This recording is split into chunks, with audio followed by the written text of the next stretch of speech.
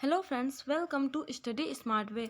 आज आप सभी लोगों के लिए सुपर टेट और लेखपाल की स्पेशल क्लास लेकर आए हैं, जिसमें कि आपके सभी विषयों के जो महत्वपूर्ण प्रश्न हैं उनका निचोड़ लेकर आए हैं। आपके सामने सभी विषय दिए गए, हिंदी, इतिहास, भूगोल और जीके से संबंधित सभी महत्वपूर्ण प्रश्न हैं।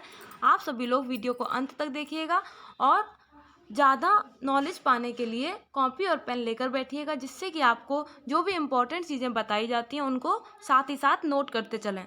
तो चलिए शुरू करते हैं आज की क्लास को। आज की क्लास का पहला प्रश्न आपके सामने दिया गया है। पहला प्रश्न है, कौन सा शब्द प्रा उपसर्ग लगाकर नहीं बना है। आपके सामने 4 ऑप्शन दिए गए हैं और आपसे पूछा गया है इनमें प्रा उपसर्ग लगाकर कौन सा शब्द नहीं बना है।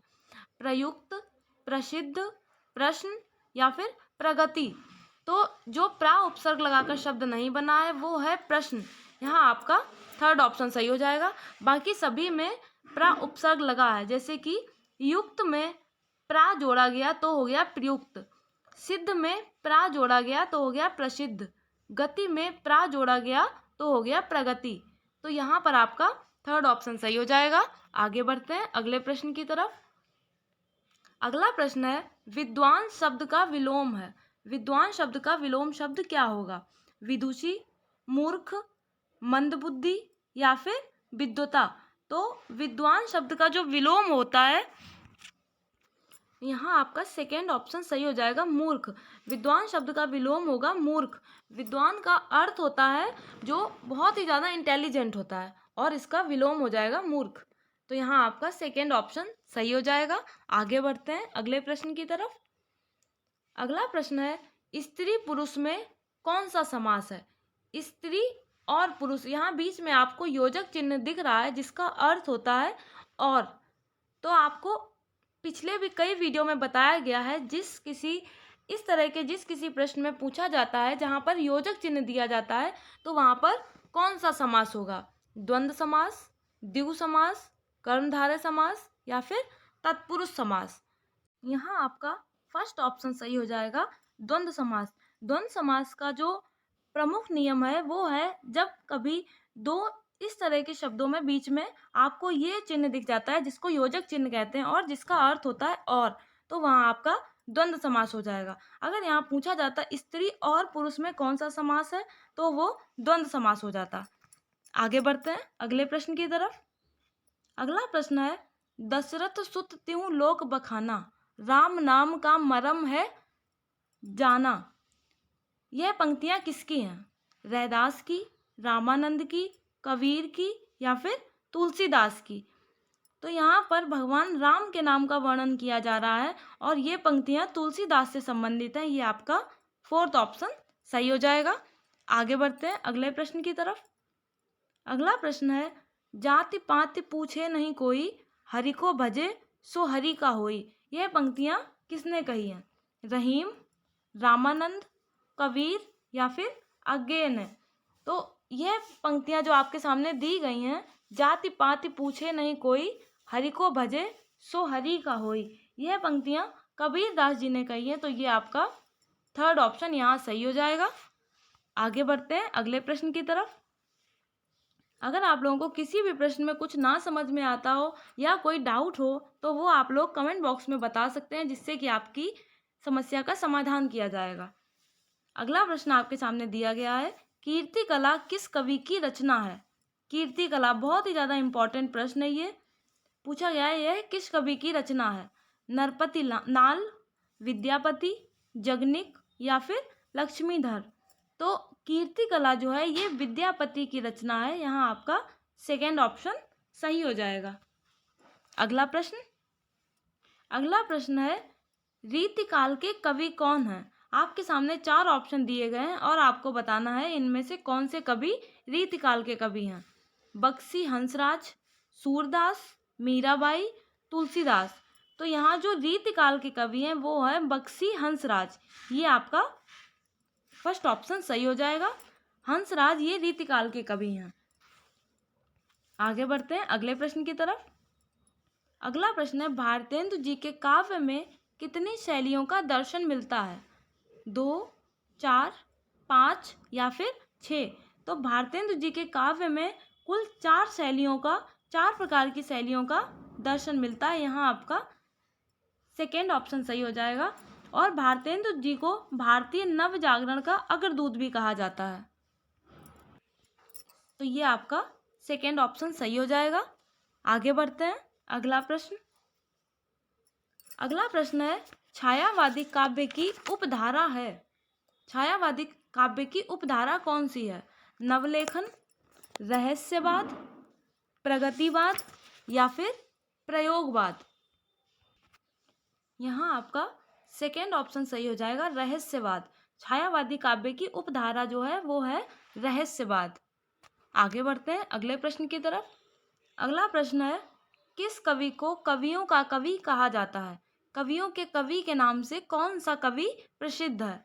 धर्मवीर भारती, शमशेर बहादुर सिंह, रघुवीर सहाय या फिर सर्वेश्वर दयाल सक्सेना?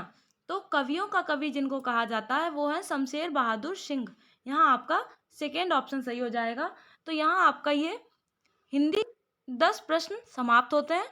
उम्मीद करते हैं आप लोगों ने बहुत ही अच्छे तरह से पढ़ा होगा, समझा होगा। और अगर आप लोगों को किसी भी प्रश्न में कोई डाउट है तो वो बताइएगा कमेंट बॉक्स में। अब आगे बढ़ते हैं। अगला विषय कौन सा है देखते हैं। अगला प्रश्न है, जब लोहे में जंग लग जाता है तो उसका वजन क्या हो जाता है? घट जाता है, बढ़ जाता है, वही रहता है या फिर पहले बढ़ता है और फिर घटता है? तो जब लोहे में जंग लग जाता है तो उसका वजन बढ़ जाता है। यहाँ आपका सेकेंड ऑप्शन सही हो जाएगा। और क्यों बढ़ता है तो वो भी आपको बता देते हैं। ध्यान से आप लोग नोट करते चलिए जो भी आपको बताया जाता है। ऑक्सीजन और नमी के साथ मिलकर क्रिया करने पर आयरन ऑक्साइड बन जाता है। इससे लोहे का वजन बढ़ता है और इस प्रक्रिया को क्या कहते हैं? ऑक्सीकरण। ये बहुत ही ज़्यादा इम्पॉर्टेंट प्रश्न है। ऑक्सीकरण कहते हैं इस क्रिया को। और इसी क्रिया के परिणाम स्वरूप लोहे का वजन बढ़ जाता है जंग लगने से। ऑक्सीजन जब नमी के साथ मिलकर क्रिया करती है तो वो आयरन ऑक्साइड बनाते हैं। आगे बढ़ते हैं अगले प्रश्न की तरफ। अगला प्रश्न है, पृथ्वी पर सबसे शुष्क स्थान कौन से देश में है? पृथ्वी पर जो सबसे ज़्यादा शुष्क स्थान है वो कहाँ है? केन्या, चिली, कांगो या फिर लीबिया? तो यहाँ आपका सेकेंड ऑप्शन सही हो जाएगा, चिली। चिली जो है वो पृथ्वी पर सबसे शुष्क स्थान यहीं पर है, दक्षिण अमेरिका का चिली। यहाँ पर एक मरुस्थल है जिसका नाम है आटाकामा मरुस्थल और यही सबसे ज़्यादा शुष्क स्थान है। आटाकामा मरुस्थल है ये चिली में, दक्षिण अमेरिका के चिली में आटाकामा मरुस्थल। आगे बढ़ते हैं अगले प्रश्न की तरफ। अगला प्रश्न है, एक महान रोमानी नाटक कादम्बरी का लेखक कौन है? कादम्बरी के लेखक कौन है? बाणभट्ट, हर्षवर्धन, भास्कर वर्धन या फिर बिंदुसार? तो कादम्बरी पुस्तक की जिन्होंने रचना की है उनका नाम है बाणभट्ट। ये आपका फर्स्ट ऑप्शन सही हो जाएगा। ये राजा हर्ष के दरबारी कवि थे। कई बार पूछ लिया जाता है कि ये किसके दरबारी कवि थे, तो वो राजा हर्ष के। और इन्होंने हर्षचरित और कादम्बरी की रचना की है। कादम्बरी के अलावा इन्होंने हर्षचरित की भी रचना की है। बहुत ही ज़्यादा इम्पोर्टेंट प्रश्न है ये, आप सभी लोग इसको जरूर नोट करते चलें। तो आप लोग समझ गए होंगे कादम्बरी के लेखक बाणभट्ट हैं और ये किसके दरबारी थे? तो ये हर्ष के दरबारी कवि थे और इन्होंने हर्षचरित की भी रचना की। आगे बढ़ते हैं अगला प्रश्न। अगला प्रश्न है, निम्नलिखित में से कौन सा स्थान भारत में पुर्तगालियों का मुख्यालय था? भारत में पुर्तगालियों का मुख्यालय कौन सी जगह थी? कोचीन, गोवा, कालीकट या फिर कन्नौर? तो यहाँ आपका सेकेंड ऑप्शन सही हो जाएगा, गोवा। गोवा जो है वो भारत में पुर्तगालियों का मुख्यालय था। सबसे पहले अल्फांसो द अल्बुकर्क ने कोचीन को मुख्यालय बनाया था। कोचीन को मुख्यालय बनाया था, लेकिन इसके बाद कोचीन से गोवा स्थानांतरित कर दिया गया। इसके बाद लगातार गोवा में ही पुर्तगालियों का मुख्यालय रहा। तो अगर आपसे एग्जाम में पूछा जाता है कि पुर्तगालियों ने प्रारंभ में किसको अपना मुख्यालय बनाया था, तो वो आपका कोचीन है और उसके बाद स्थानांतरित किया गया गोवा में। आगे बढ़ते हैं अगले प्रश्न की तरफ। अगला प्रश्न है, वायुमंडल में आर्द्रता मापने के लिए प्रयुक्त यंत्र को क्या कहते हैं? वायुमंडल में जो नमी होती है इसको किस यंत्र के द्वारा मापा जाता है?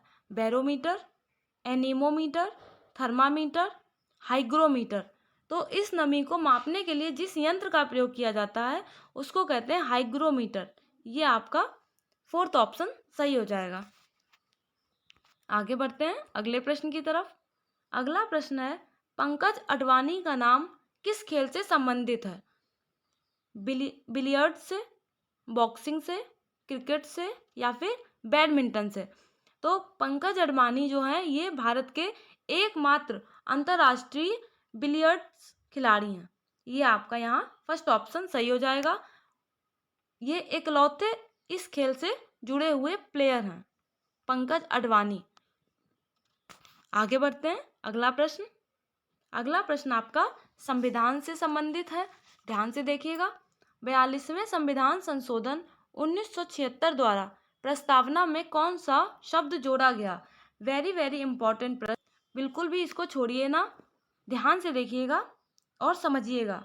42वां जो संविधान संशोधन था 1976 में, उसमें प्रस्तावना में नया कौन सा शब्द जोड़ा गया? लोकतांत्रिक, समता, धर्मनिरपेक्ष या फिर समाजवादी? तो यहाँ आपका थर्ड ऑप्शन सही हो जाएगा, धर्मनिरपेक्ष। धर्मनिरपेक्ष शब्द जो था वो प्रस्तावना में 42वें संशोधन 1976 के अनुसार डाला गया था, यानी कि जोड़ा गया था। आगे बढ़ते हैं अगला प्रश्न। अगला प्रश्न है, किस स्मारक को भारत का राष्ट्रीय स्मारक कहते हैं? India Gate, Gateway of India, Rajghat या फिर लाल किला? तो भारत का जो राष्ट्रीय स्मारक है वो इंडिया गेट है। यहाँ आपका फर्स्ट ऑप्शन सही हो जाएगा। इंडिया गेट को स्वतंत्र भारत का राष्ट्रीय स्मारक कहा जाता है। और इसको पहले क्या कहा जाता था? तो इसको पहले किंग्सवे कहा जाता था। किंग्सवे इसका पूर्व में नाम था। यह 43 मीटर इसकी ऊंचाई है। इसका जो द्वार है उसकी ऊंचाई है 43 मीटर और इसको सर एडवर्ड ल्यूटियंस ने तैयार किया था। ये सभी चीज़ें आप लोग नोट कर लीजिएगा। भारत का राष्ट्रीय स्मारक किसको कहा जाता है? तो वो इंडिया गेट को। इंडिया गेट का पूर्व में क्या नाम था? तो ये किंग्सवे। और इसका जो प्रमुख द्वार है उसकी ऊंचाई कितनी है? तो वो 43 मीटर।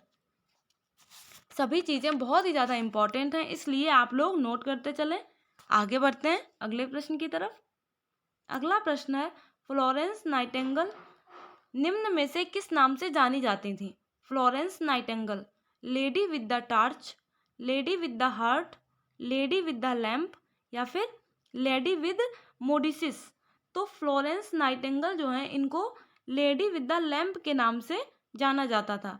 ये आपका थर्ड ऑप्शन सही हो जाएगा। बहुत ही ज़्यादा इम्पॉर्टेंट प्रश्न है, ये एग्ज़ाम में आपके पूछा जा चुका है। ये आपके सुपर टेट के एग्ज़ाम में भी आ चुका है, इसलिए हर प्रश्न को ध्यान से देखिएगा और इसका रिवीजन जरूर करते चलें। आपको जो पिछली वीडियो में पढ़ाया जाता है, जो आपको पहले बताया गया था, समझाया गया था, उनका भी रिवीजन करते चलें, क्योंकि भर्ती कभी भी आ सकती है, इसलिए अपनी पढ़ाई को बरकरार रखें। आगे बढ़ते हैं अगला प्रश्न। दक्षिण भारत का मैनचेस्टर किसे कहा जाता है? कोयम्बटूर, सलेम, तंजावुर या फिर मदुरई? तो दक्षिण भारत का मैनचेस्टर के नाम से जो प्रसिद्ध है वो है कोयम्बटूर। यहाँ आपका फर्स्ट ऑप्शन सही हो जाएगा। यह कहाँ पर स्थित है?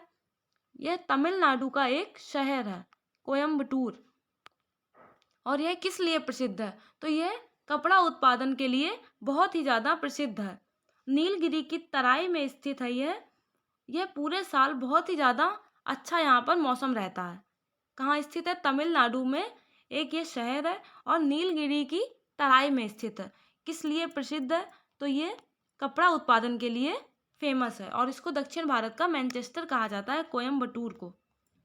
आगे बढ़ते हैं अगले प्रश्न की तरफ। अगला प्रश्न है, इतिहास के जनक के रूप में कौन जाना जाता है? इतिहास के जनक के रूप में कल्हड़, हेरोडोटस, जस्टिन या फिर हॉल। तो इतिहास के जनक के रूप में जो जाने जाते हैं वो हैं हेरोडोटस। यहाँ आपका सेकेंड ऑप्शन सही हो जाएगा। हेरोडोटस यूनान के प्रथम इतिहासकार थे। कहाँ के? यूनान के। इन्हें इतिहासकार के जनक के रूप में जाना जाता है। इन्होंने एक पुस्तक लिखी है जिसका नाम है हिस्टोरिया, कि बहुत ही ज़्यादा फेमस पुस्तक है और एग्जाम में पूछी जाती है। हिस्टोरिया किसने लिखी? हेरोडोटस ने। और इतिहासकार के जनक के रूप में कौन जाने जाते हैं? हेरोडोटस, और यह यूनान के प्रसिद्ध इतिहासकार थे। तो यहाँ आपका सेकेंड ऑप्शन सही हो जाएगा। आगे बढ़ते हैं। अगला प्रश्न है बिंबसार के राजकीय वैद्य का क्या नाम था? बिंबसार के राजकीय वैद्य का जीवक, चरक, सुश्रुत या फिर चनाल स्वामी। तो बिंबसार के जो राजकीय वैद्य थे उनका नाम था जीवक। यहाँ आपका फर्स्ट ऑप्शन सही हो जाएगा। और जो सुश्रुत हैं इनको शल्य चिकित्सा का जनक कहा जाता है। शल्य चिकित्सा के जनक के नाम से जो जाने जाते हैं वो हैं सुश्रुत। और बिंबसार के राजकीय वैद्य जीवक। आगे बढ़ते हैं अगले प्रश्न की तरफ। अगला प्रश्न है किस गुप्त राजा ने अश्वमेध का संपादन किया था? अश्वमेध यज्ञ जो होता है उसका संपादन किस राजा ने किया था? चंद्रगुप्त प्रथम, समुद्रगुप्त, स्कंदगुप्त और नरसिंहगुप्त। तो यहाँ आपका सेकेंड ऑप्शन सही हो जाएगा, समुद्रगुप्त। समुद्रगुप्त ने अश्वमेध यज्ञ का संपादन किया था और समुद्रगुप्त ने ही विजय अभियान को पूरा करने के पश्चात अश्वमेध यज्ञ संपन्न किया और इसके बाद उनको अश्वमेध पराक्रम की उपाधि मिली। ये सभी बहुत ही ज़्यादा इम्पॉर्टेंट चीज़ें हैं, इनको लिख लीजिएगा आप सभी लोग। तो यहाँ आपका ये सेकेंड ऑप्शन सही हो जाएगा। आगे बढ़ते हैं अगले प्रश्न की तरफ।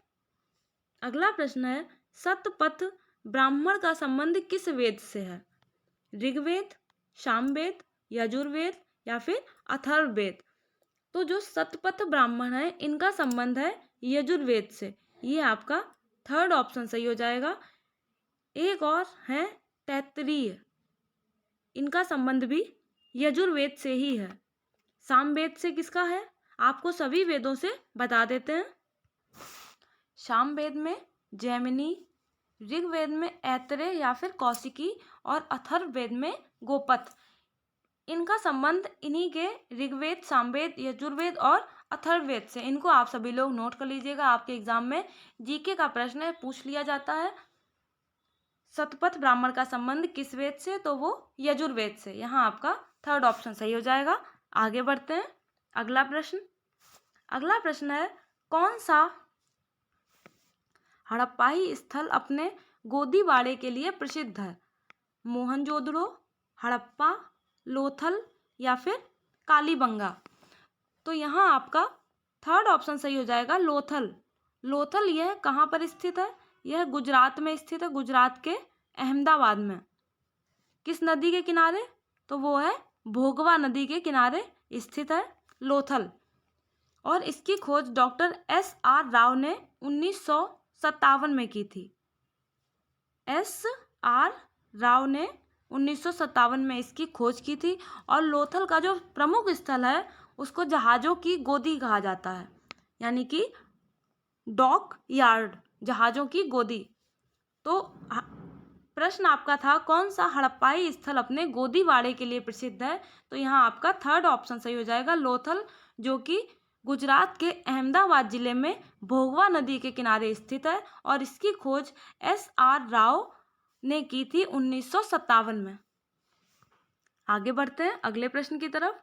अगला प्रश्न है भारत में तिलहन का सबसे बड़ा उत्पादक राज्य कौन सा है? भारत में सबसे ज़्यादा तिलहन कहाँ होता है? गुजरात में, मध्य प्रदेश में, राजस्थान में या फिर उत्तर प्रदेश में। तो सबसे ज़्यादा जो तिलहन उत्पादक राज्य है वो है आपका मध्य प्रदेश। यहाँ आपका सेकेंड ऑप्शन सही हो जाएगा। मध्य प्रदेश तिलहन उत्पादन में पहले स्थान पर है। और अगर यहाँ पर दूसरे स्थान में पूछ लिया जाता तो वो है राजस्थान और तीसरे स्थान पर महाराष्ट्र है।